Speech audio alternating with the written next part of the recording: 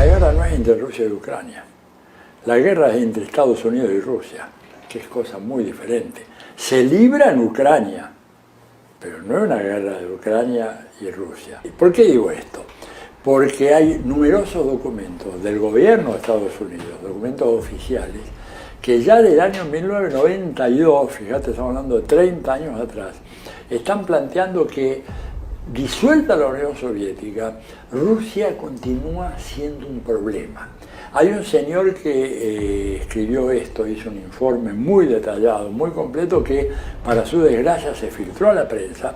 El señor se llama Paul Wolfowitz, probablemente algunos de los telespectadores más ilustrados del tema lo conocerán, en donde él en el año 92 sacó un informe confidencial que se filtró y lo tomó el New York Times, en donde él decía: nosotros tenemos que seguir combatiendo a Rusia, no importa que ya no sea comunista, no importa que sea capitalista. Y él decía: Rusia es demasiado grande, demasiado rica, tiene demasiado petróleo, demasiado gas, demasiada agua, demasiada tecnología, tiene un armamento nuclear equivalente al nuestro, y por lo tanto cualquiera que sea su régimen político va a ser un obstáculo para el interés nacional de los Estados Unidos y para nuestras posiciones en Eurasia y fundamentalmente en Europa Oriental.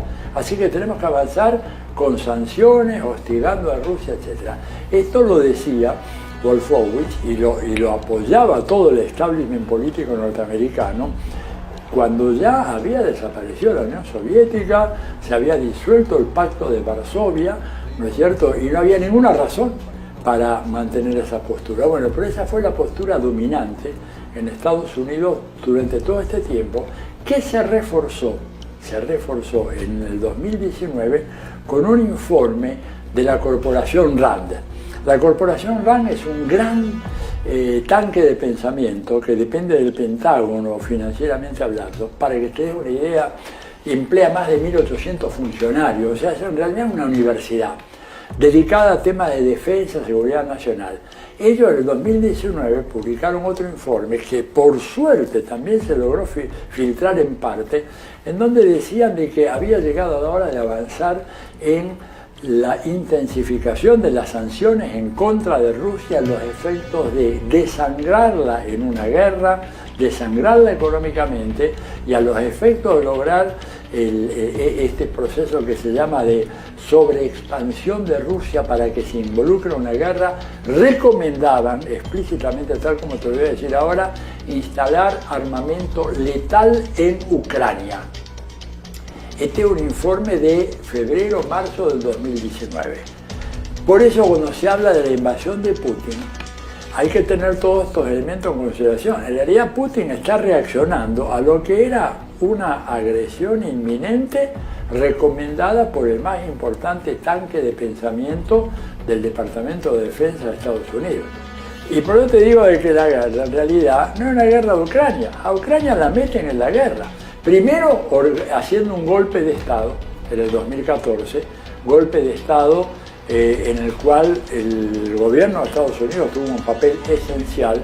Probablemente para ilustrar esto se pueden poner las fotos de la subsecretaria de Estado para Asuntos Euroasiáticos, la señora Virginia Nuland, repartiendo galletitas y botellitos de agua a bandas de nazis, porque los tipos estaban todos con los emblemas nazis, la cruz gamada, la cruz de hierro, etc., en la Plaza Maidan, promoviendo que atacaran al gobierno de Yanukovych, que había sido electo y que había sido reconocido por la Unión Europea.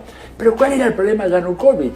Que no quería, él y su fuerza política se oponían a que entrara la OTAN en Ucrania, porque dice: si viene la OTAN en Ucrania, vamos a tener guerra, porque los rusos no lo van a admitir. Y el tipo decía, y esto lo reprodujo después Putin varias veces: un misil instalado en Ucrania llega a Moscú en 5 minutos.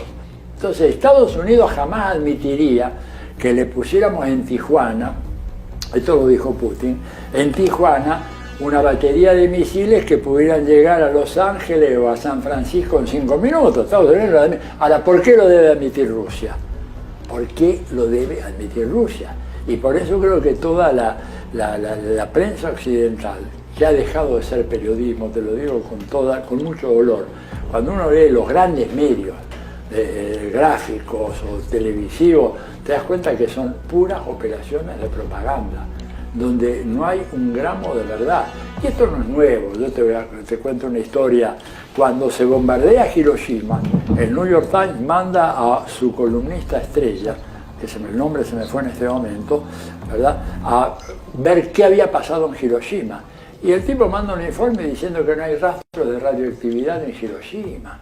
Y eso lo publican en primera plana el New York Times el día 8 de agosto de 1945, 2 días después de que tiraron la bomba atómica en Hiroshima. O sea, en las guerras, como dicen los periodistas avesados, la primera víctima es la verdad. Y eso es lo que ha pasado acá. Entonces, claro, es decir, cuando Putin plantea, y lo planteó en el 2007 en una conferencia de seguridad europea, él dijo, ¿qué es lo que no se entiende? ¿Por qué Rusia no tiene que aceptar, ¿verdad?, que le instalen misiles nucleares a pocos kilómetros de su frontera y Estados Unidos no? ¿Por qué Rusia no tiene ese mismo derecho? No hubo respuesta. Propuso una negociación con la OTAN, no le hicieron caso. Bueno, el tipo al cabo de unos años se hartó y dijo, bueno, vamos por todo.